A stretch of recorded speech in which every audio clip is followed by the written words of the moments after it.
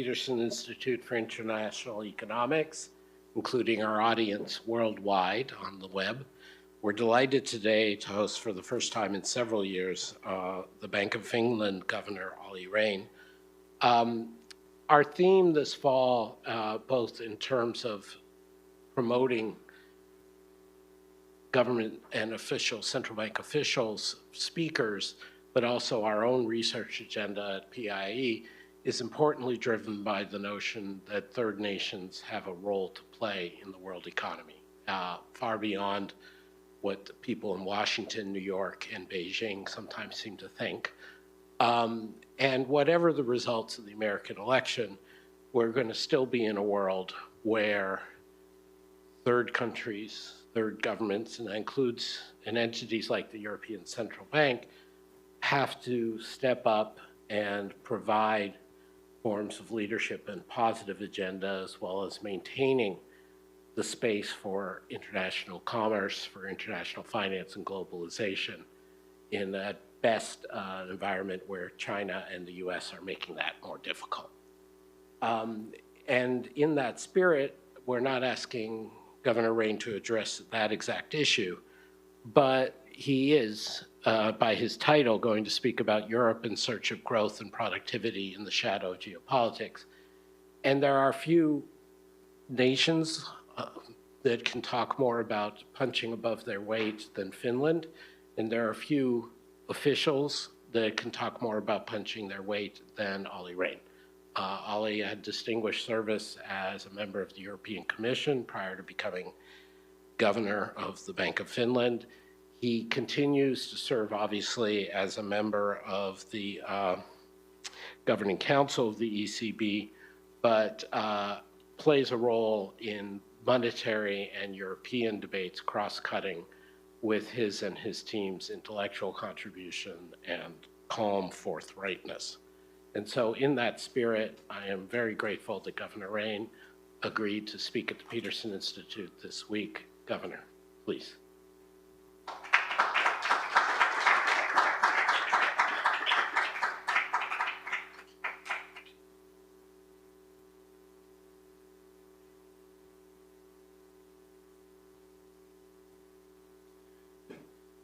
Ladies and gentlemen, dear friends, first of all, thank you, Adam, for your kind words of introduction. And I was a bit concerned about when I heard number 3 there, third countries. I was worried that you might mention that the ECB is the 13th Federal District of the Federal Reserve System. Not quite, but of course the US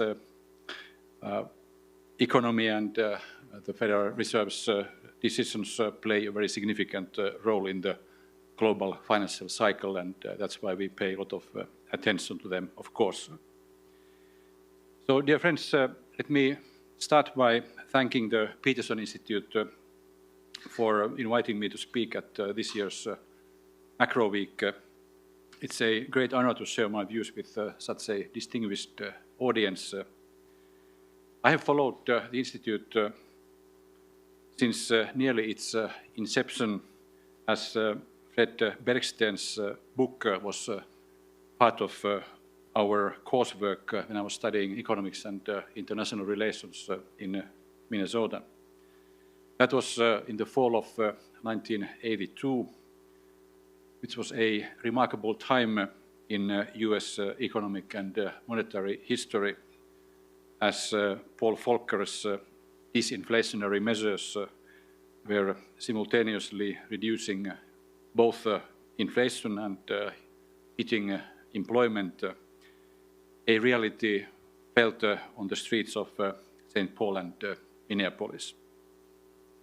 I must admit that Paul Volcker was not especially popular among us students at the liberal-leaning Macalester College at the time, though he was certainly respected for his consistency and persistence, at least among the economics majors.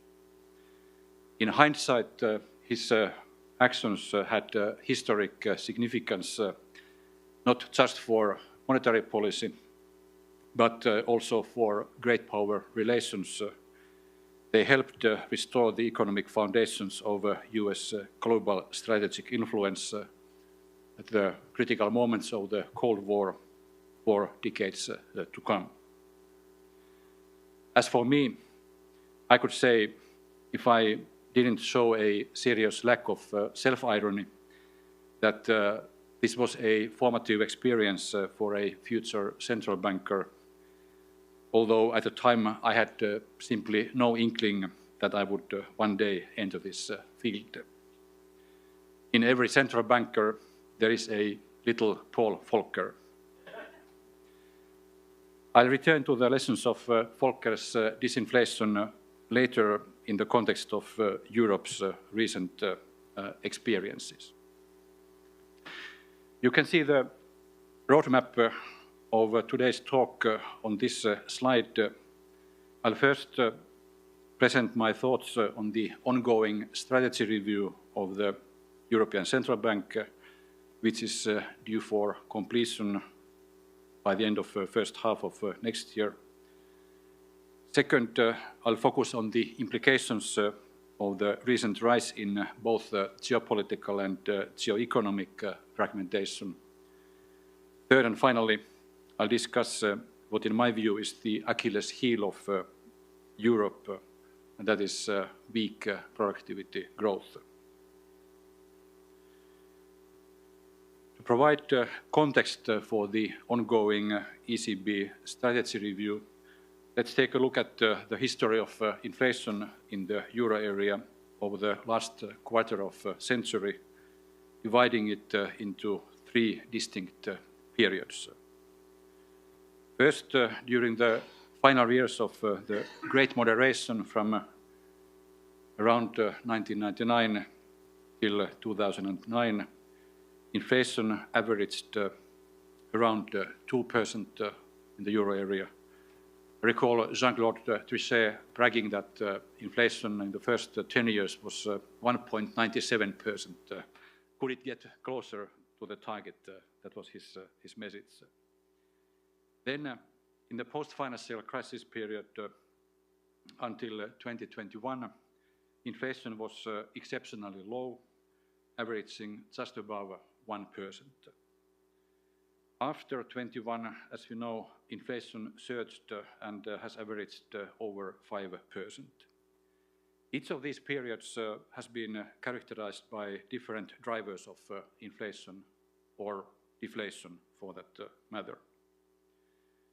When we at the ECB Governing Council last reviewed our monetary policy strategy in 2020-21, we had witnessed nearly a decade of low inflation. But we were actually on the brink of a period of dramatically accelerating inflation in July 21 when we concluded our review.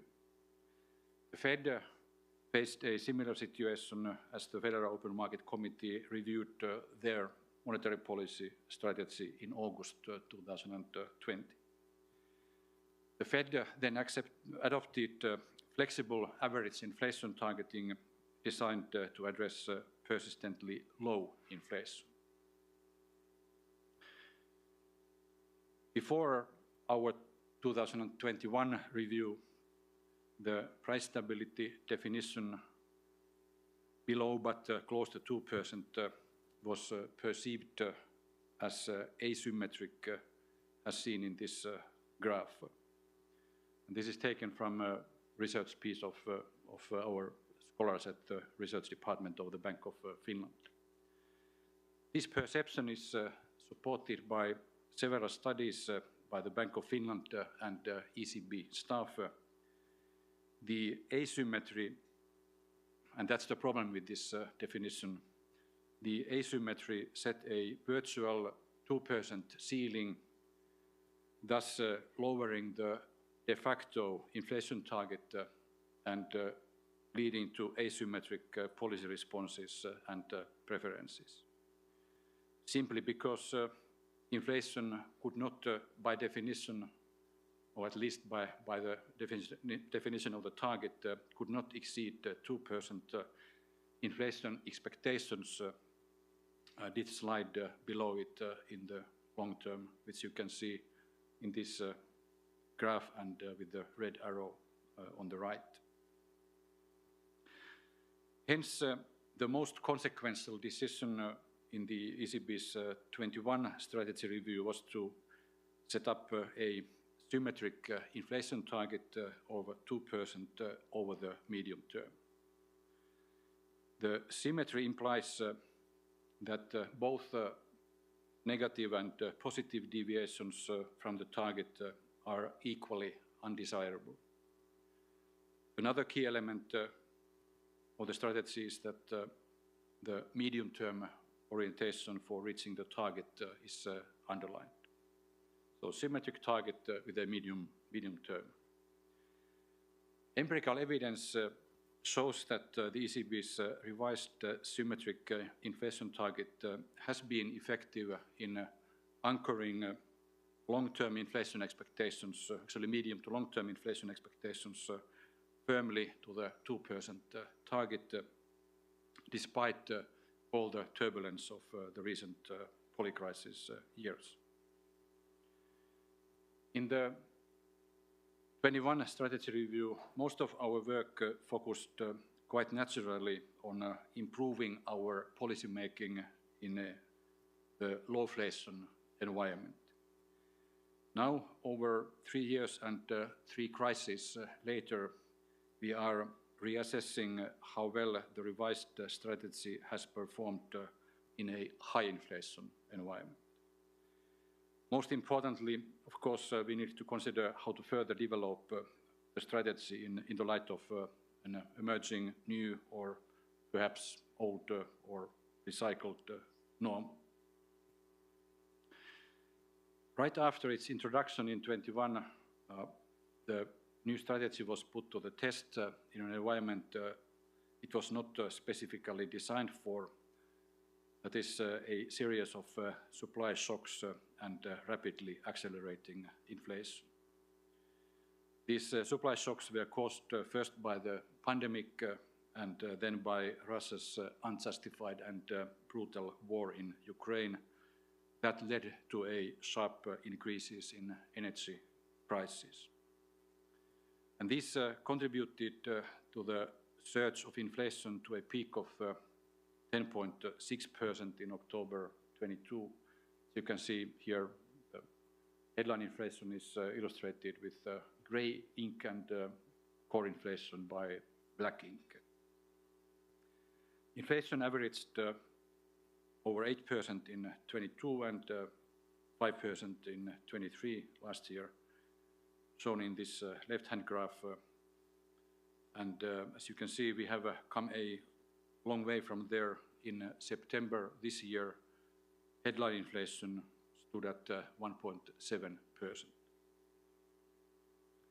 Besides driving the already high inflation rate, the energy crisis caused a rocketing rise in the energy import bill of Europeans, increasing it by around 400 billion euros, which is equal to 3 to 4% of GDP. It's kind of an extra tax, of course, without revenue, but an extra tax on European citizens. Stagflation, and that's important to note, stagflation, or the combination of stagnation and high inflation, became a serious, relevant threat scenario, presenting a major dilemma for monetary policy. After a period of reflection in 2022, from March until June, ECB began raising interest rates.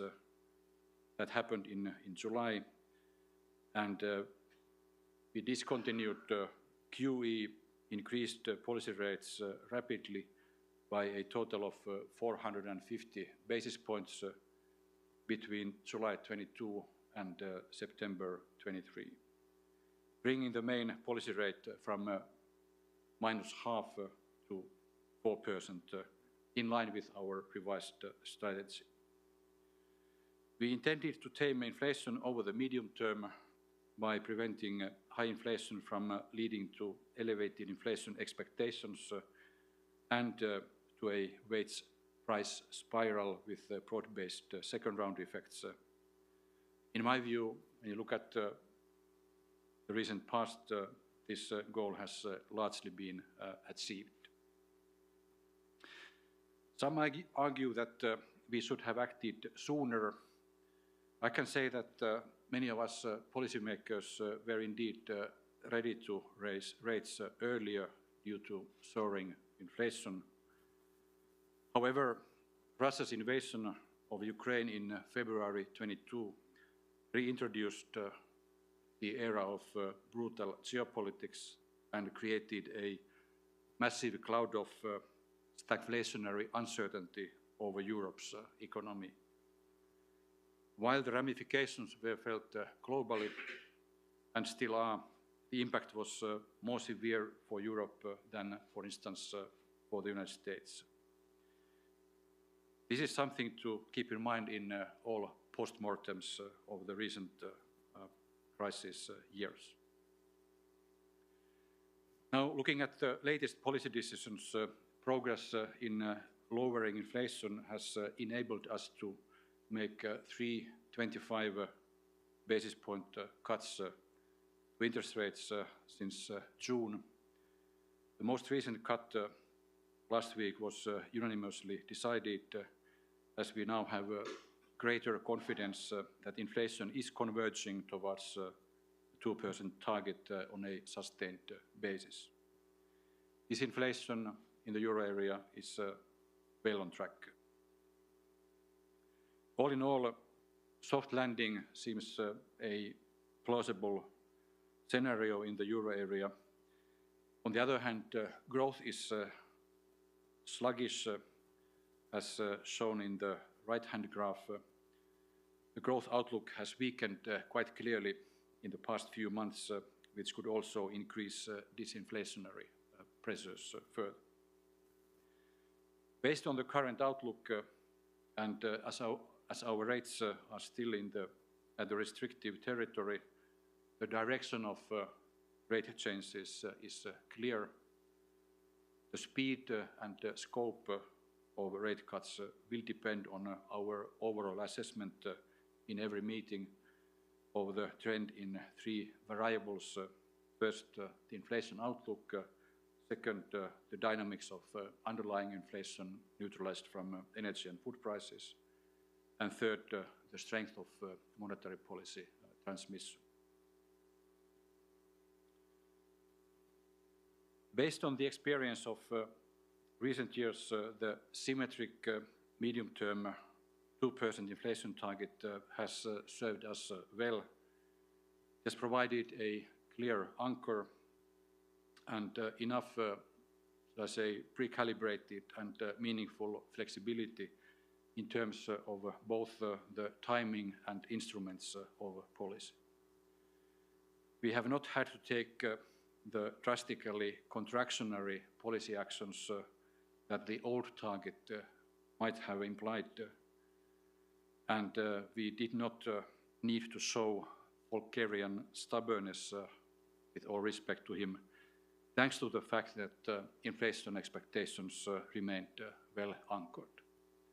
And of course, this has to do with central bank independence, which didn't exist in the 1970s, but today is firmly anchored and codified.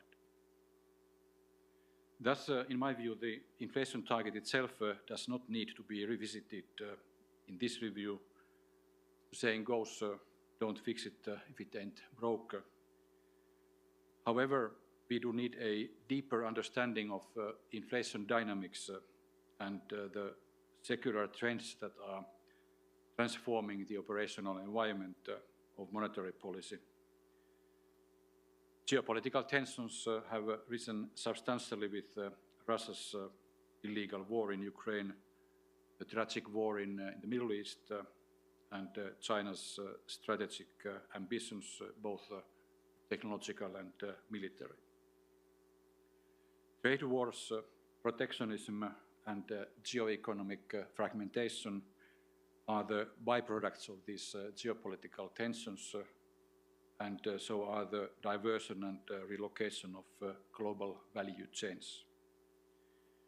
Key questions for monetary policy are how significant are these developments and do they have implications for the level of the long-term real natural rate of interest or the equilibrium interest rate R star. To answer these questions, it's good to look at whether production is being restored or transferred back home at substantial levels. In other words, is globalization indeed reversing? That was the subject of yesterday's excellent conference here at the Peterson Institute, where both trade and finance dimensions were deeply and thoroughly discussed. Yes, we are witnessing signs of trade fragmentation, given the steep rise in trade barriers and protectionism, the ramifications to the world economy, not least to the emerging and market and developing economies, should not be underestimated. But so far, no fully fledged reversal of economic globalization has taken place.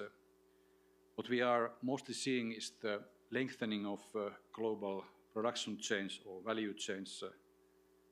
Even if direct trade between China and the West is in modest decline, Chinese value added imported by the US and the EU have actually not diminished.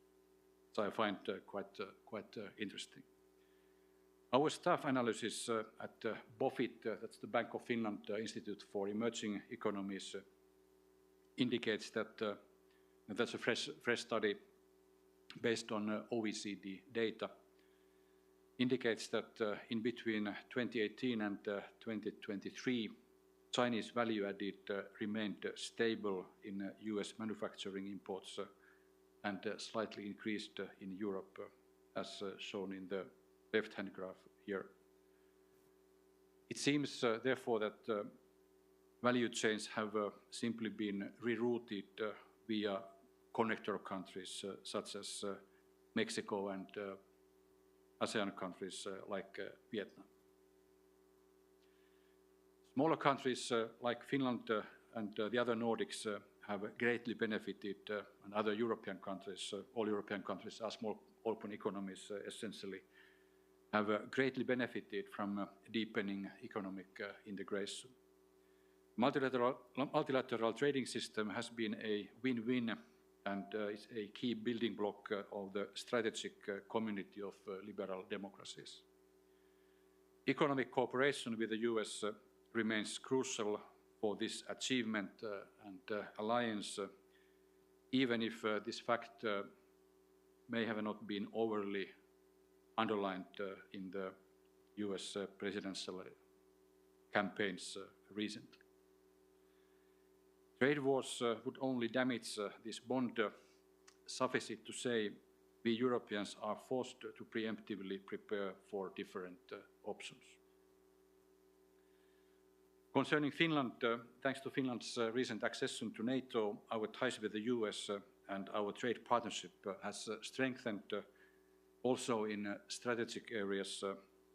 You may see from the right-hand graph.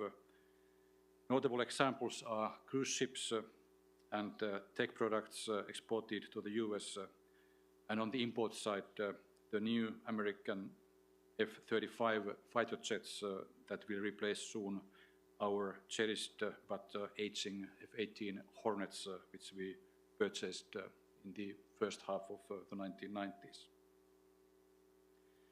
The biggest increase in Finland's trade with the US has come from trade in digital products and IT services. In my view, this underlines the substantial mutual benefits of this economic partnership. The precise implications of geoeconomic fragmentation for inflation, growth and productivity, and therefore for monetary policy, warrant careful consideration in the ongoing strategy review. A key question is the level of long-term natural rate of interest, R star. As said, R star is, in my view, a most pertinent analytical framework for reflecting, for thinking about monetary policy. But it is not a truly viable tool as a concrete policy-making instrument. What are the trends for the moment? Some argue that the natural rate is rising due to significant investment needs for the green transition, artificial intelligence, defense spending. Meanwhile, others believe that it is declining due to weak productivity growth and population aging. The real trajectory of the natural rate remains uncertain and requires plenty of further and deeper analysis and continuous research. Estimates of R star for the euro area are currently slightly above 0 or broadly between 0 and 1%, as this graph tries to indicate. At the Bank of Finland, we regularly examine the evolution of the natural rate, of course realizing that there is significant uncertainty associated with its estimates. Our researchers currently estimate the euro area natural rate to be in the range of 0.2 to 0.8%, which is in the same ballpark as the estimates in this graph, and somewhat above that of the New York Fed with its broadly recognized Holston-Laubach-Williams model.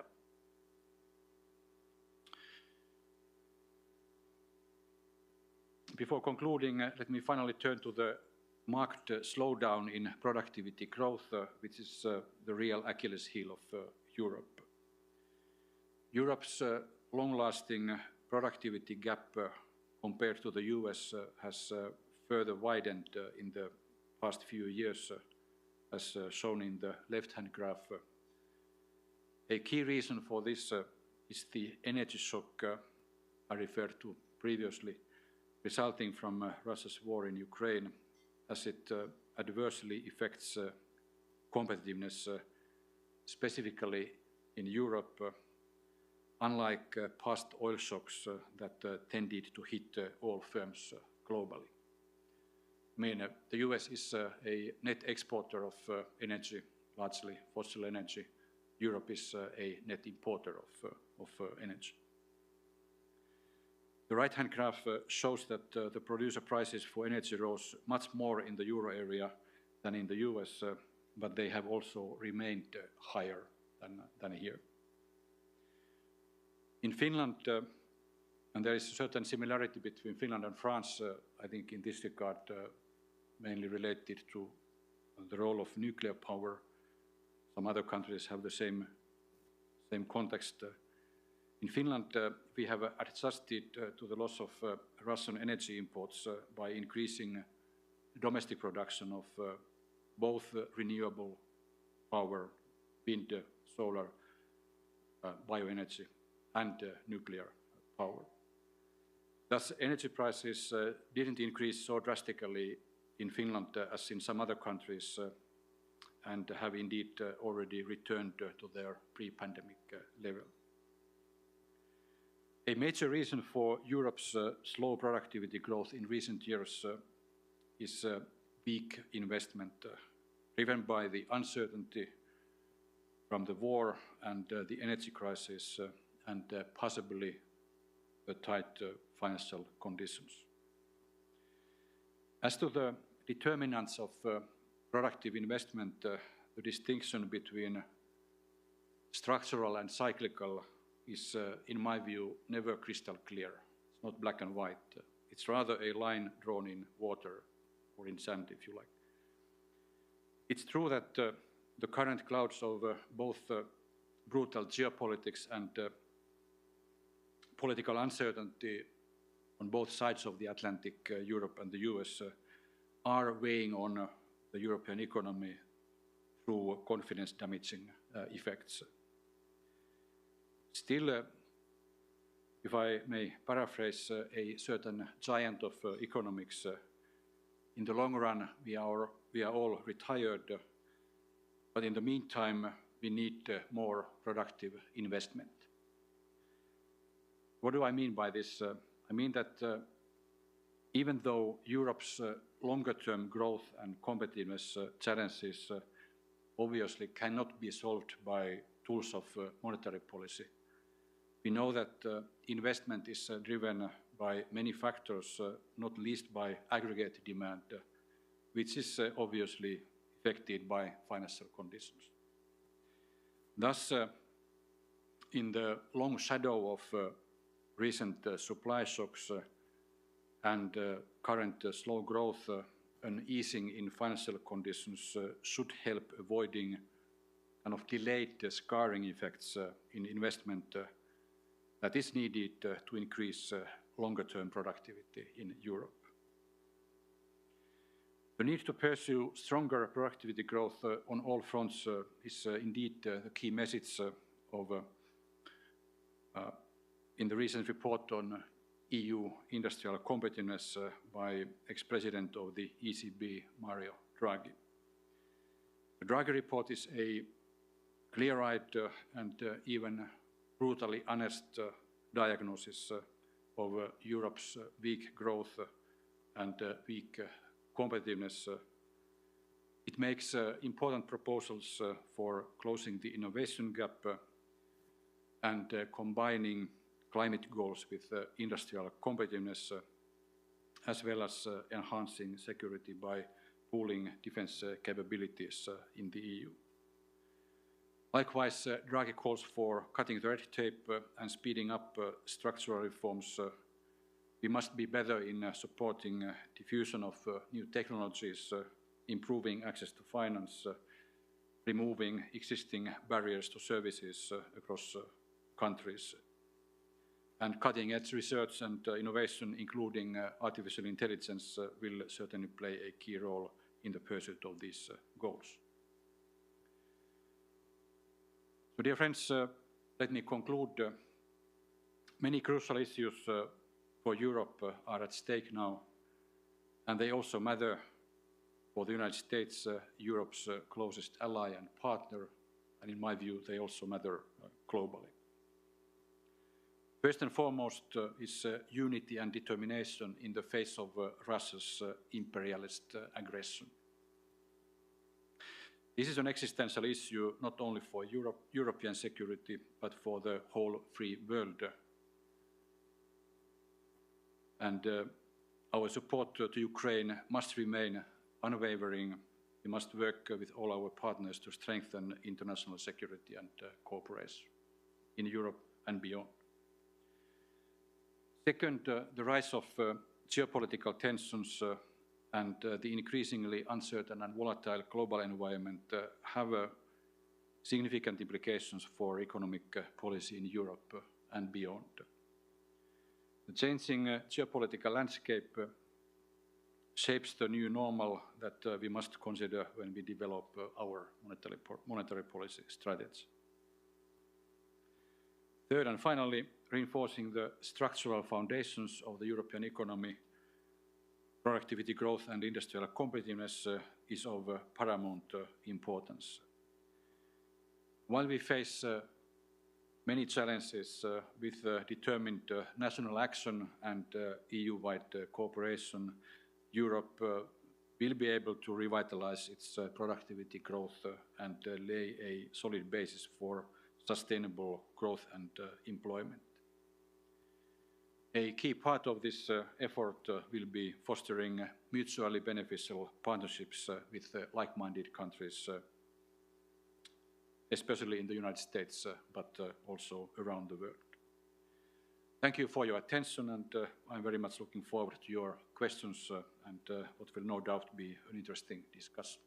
Thank you.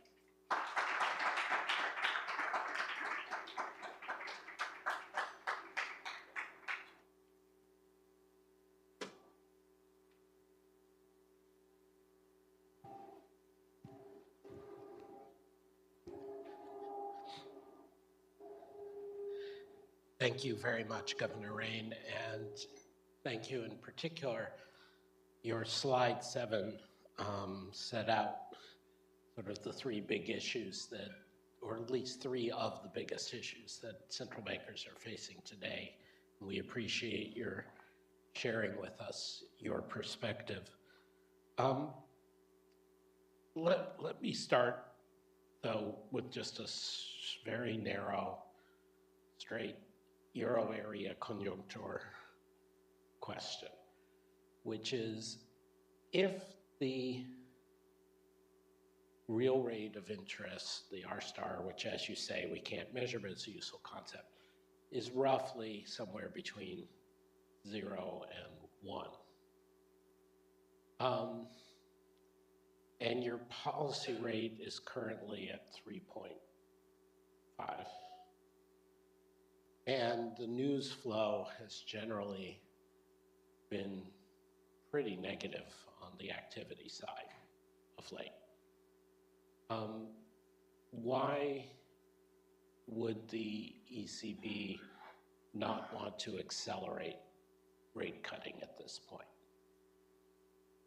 Thank you. That's a very, very pertinent question, certainly. And first, you referred to the estimate of the real natural rate of interest between 0 and 1%.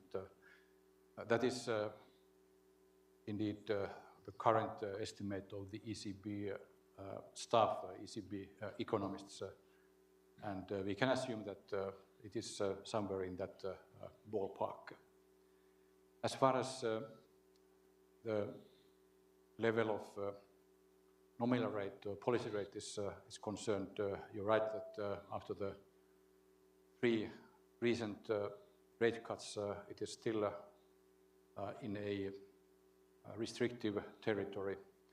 But as I implied in my opening remarks, growth outlook has recently weakened, and as we are looking at both the inflation outlook and growth outlook, we can say that the balance of risks is such that disinflation is on track, well on track. Meanwhile, the growth outlook is subdued or has weakened. That was obviously one reason why we decided to cut rates now in October. And going forward, we will take decisions meeting by meeting with the approach of data dependency, which for me does not mean being dependent on one certain data point, but it is rather, I would call it analysis dependency, so that you should look at the recent trend in inflation, in underlying inflation, in transmission of monetary policy, in the growth outlook, and obviously then look at the projections forward.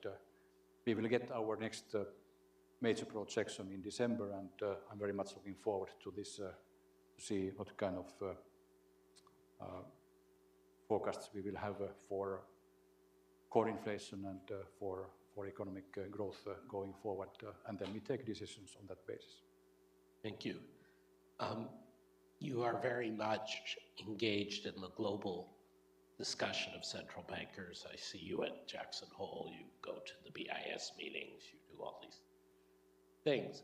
One thing that's been very pronounced in the US monetary policy discussions of late is the idea that running the economy hot has its benefits. And clearly the Fed is leaning in that direction at the moment. Not so much asking you to evaluate the Fed, but just more broadly, has that discussion fed into your conversations in Europe about the idea of perhaps running the economy hot? Or is it the opposite has happened? We've seen from the US inflation rise and stay for a while, so maybe people don't want to take that risk, they take a different lesson. Just how do you see that discussion and its applicability to Europe?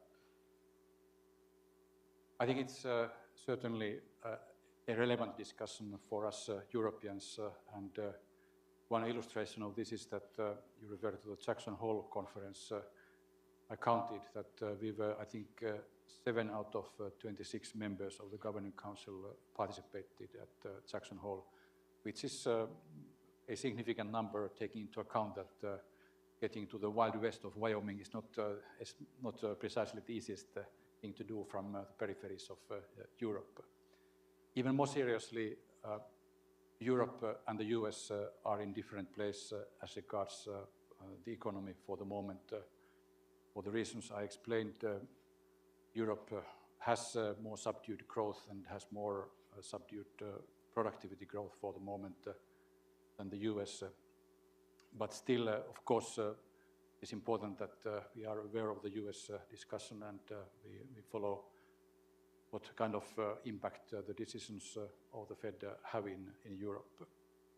One more point, which is that we have in legislation or in constitutions or legislation, or in our case in the EU treaty, we have different mandates between the Federal Reserve and the European Central Bank, de jure at least.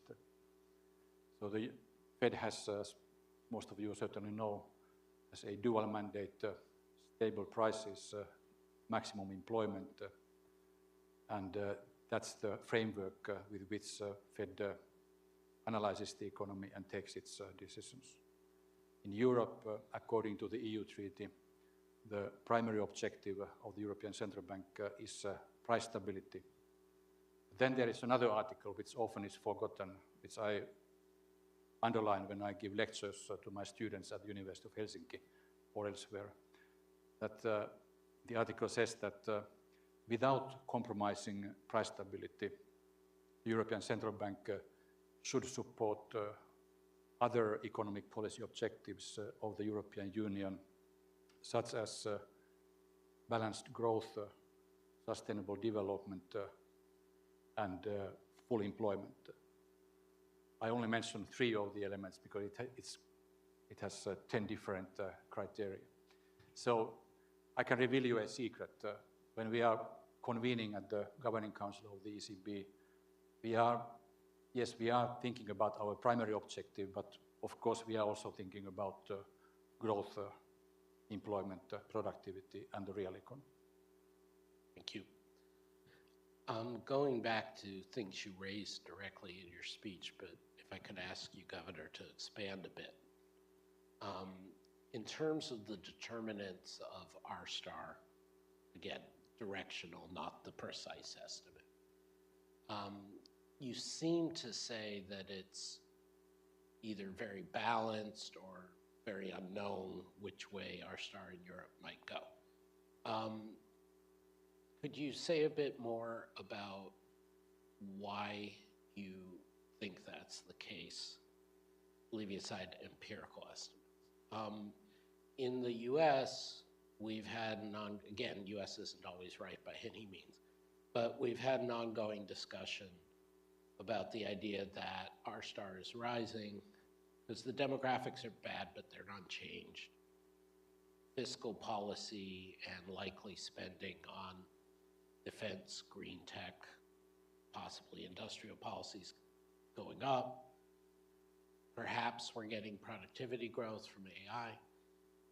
Anyway, could you say a bit more about either why you feel very uncertain about the direction of R star or what you think is the primary determinants of R star remaining stable in your view?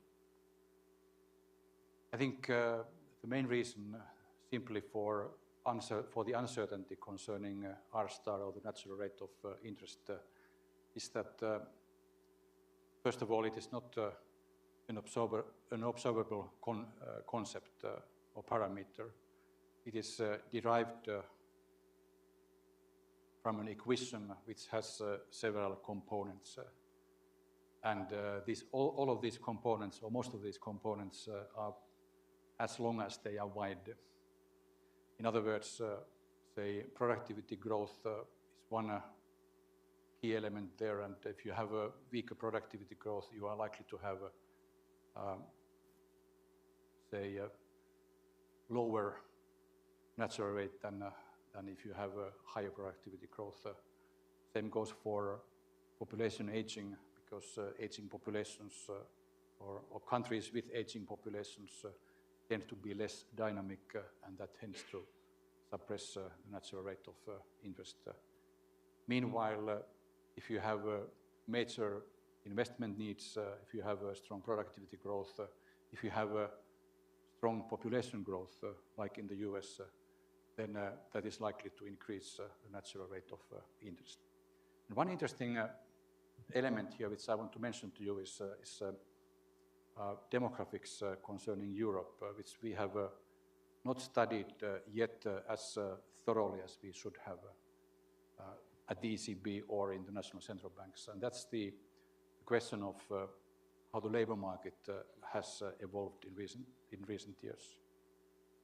For instance, we've had major labor market reforms in the previous EU IMF program countries, which are now one of the best performers in Europe: Greece, Portugal, Spain, of course Ireland as well. And then you have other factors which have an impact here, such as immigration. There are differences between EU countries. The population of Germany has increased by 4 million people, roughly 4 million people since 2015, from 80 to 84 million. In my country, we are just updating our population forecast in Finland. The current one is from October 21, and it's completely outdated. We've had so much more immigration in the past 3 years that has actually helped to keep up both the economy and population growth. So this is something that we have to look more thoroughly, and this certainly has an impact on the natural rate of interest, which is an important analytical heuristic device, even though not that useful for policy making, even though my good friend John Williams from the New York Fed might disagree, because he's one of the creators and practitioners of natural rate of interest. We will leave the Laubach-Williams estimates aside for the moment. Let me turn, and we'll come to the audience in person in a moment for questions. The governor has generously agreed to take questions on the record. Just the last couple questions from me. First, you did make some remarks about productivity growth trends in the Draghi report and so on.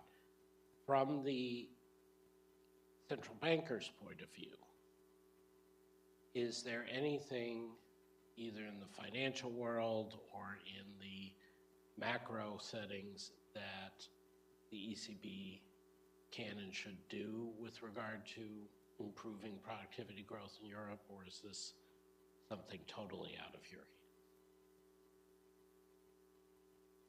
I think this is, as I already alluded to, it is a critical question for our economic analysis and both economic and monetary policy making in Europe. I often hear that because Europe's challenges in competitiveness and productivity are structural, therefore we cannot do anything with monetary policy to redress these problems.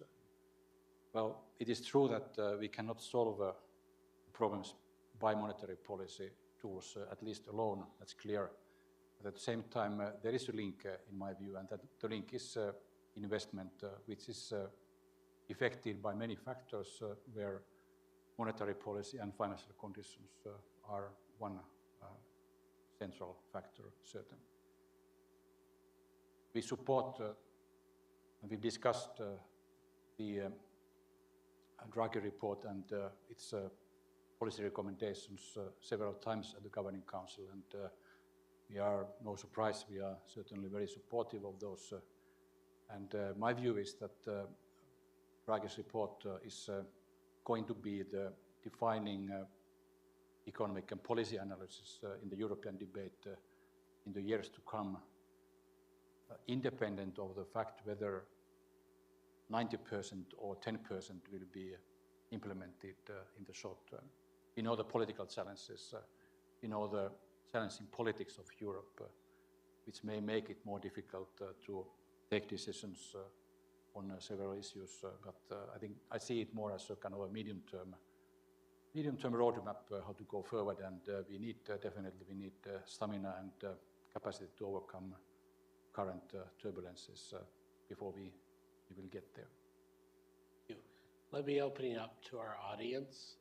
There's a standing mic right there, if we could, and there's a microphone. John, do you want to go to the standing mic right behind you? If you could identify yourself and actually ask a question. That's not directed at him, that's directed at everybody.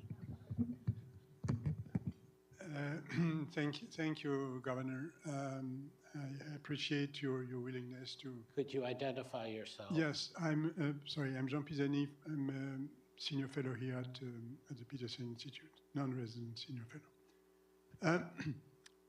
I have two questions. The first question is about the observation that the ECB has been slow in raising rates and is now slow in lowering them. Is there any structural dimension in this behavior? Is the ECB by nature a slower institution than the central bank in any given country? My second question is sort of a follow-up to what Adam said about what the ECB can do about productivity. You emphasize a lot the environment in which the ECB operates, and you said it's a more volatile environment, which is no doubt the case. You didn't say what are the implications of this more volatile environment for the monetary policy. Is it something that should lead the ECB to take more risk or less risk? Thank you, Jean.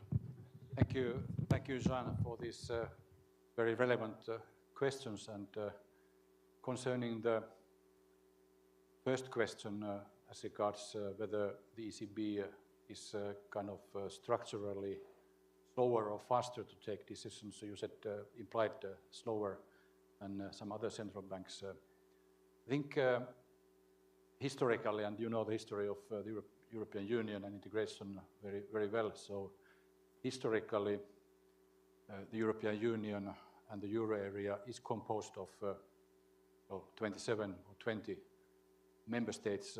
And especially in the beginning of the ECB, I think there was a very strong pursuit of consensus within the governing council. And always if you have a pursuit of consensus, that may mean that the decision-making is slower or more conservative, if you like. In my view, and I've been observing the ECB almost since its beginning, and been present at the Governing Council as a commissioner from 2010 and as governor since 2018. I think we have made big steps in evolution of becoming a more, in the positive sense, a more mature institution, so that we have decision-making methods which allow to take decisions in a speedier manner as needed. The case I made, or the case in point which I raised concerning why we didn't start raising rates in, say, March 22 was in many ways a special case because of geopolitics and Russia's aggression. And at least for me, when I was thinking about the situation, my first impression was that this is likely to have strong stagflationary consequences, and it is difficult to judge which way you should take monetary policy in March or April. Therefore, it made sense to wait a bit, and I don't think that did too too much harm to the European economy. In the current context, yes, we have to be mindful of risks of undershooting, especially as the growth outlook is going to have disinflationary pressures.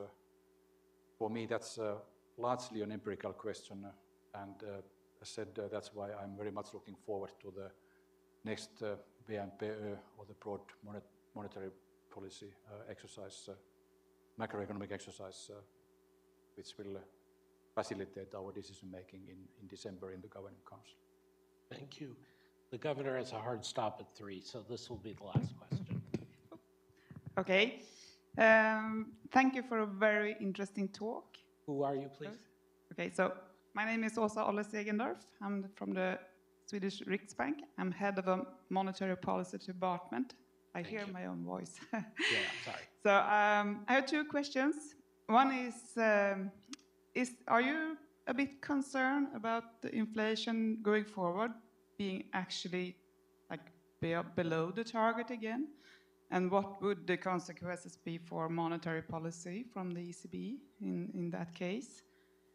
And also, looking at investments and productivity, you can see clearly that the US have another way of investing, at least in the AI, and they have a very much higher productivity. And is that something that the central bank can in any way help with or do anything to enhance that? Thank you. Thank you, Åsa. Thanks very much for your question, which is related to Jean's first point. Yes, I am at least mindful of, and we have to be mindful of, possibly also concerned about the possibility of inflation undershooting our 2% target. But 2 points on this. First, we have a medium-term orientation in our monetary policy, and we have looked through a certain share of the surge in inflation in the past years, and in a way we have to see that this is also possible if inflation is stabilizing towards 2%. There may be bumps on the road. Second point is that, and here the natural rate of interest, the real natural rate of interest plays a role, at least as a reference and analytical framework, in a sense that if we were to conclude that inflation is kind of, if not permanently, but in a long-term way, moving towards lower territory than 2%, then that should have implications for monetary policy. For the moment, I am not yet, at least, so concerned about that, mainly because service inflation and wage inflation are clearly above our 2% target. Service inflation is close to 4%, and wage growth has been moderating, but it's still relatively elevated. We had wage growth which started with number 5, i.e. 5% in 23 last year. This year it starts with 4, next year likely with 3. So we see a reasonable, modest decline in wage growth. But as said, domestic inflation, or I would prefer to speak about service and wage inflation, is still relatively elevated, and therefore the immediate danger of undershooting is not yet verified. But we have to be mindful of that, and then our guide is our symmetric 2% inflation target over the medium term. Thank you. With that, we'll close the meeting. We're very grateful to have had Governor Rehn on our stage, and hope that all of you who watched online or in person will think about his thoughtful analysis. We have another busy day, in fact, our busiest day of Peterson Macro Week tomorrow, starting with the launch of this year's Geneva report, Much Money, Little Capital, and Few Reforms at 9 a.m. At 11, both Paulie and our colleague Agnes Benessiquer from the Banque de France will be speaking. At 1, another central bank governor who punches above his economy's size, Adrian Orr from the Reserve Bank of New Zealand, will be here speaking at 1. At 3, we're having a bit of a diversion with a discussion with the Prime Minister of Liechtenstein and the General Counsel of the IMF about Liechtenstein's recently joining the IMF, and doing so in the face of a lot of disinformation. So this has more broad applicability than I think people might first appreciate. And finally, a task force from the IMF, the OECD, UNCTAD, and WTO is going to be providing some more depth on the finance minister's statement on green economy. So we have a very busy day, but this was a true highlight to have Olli Rehn, the governor of the Bank of Finland, here at the Peterson Institute. Thank you very much. Thank you.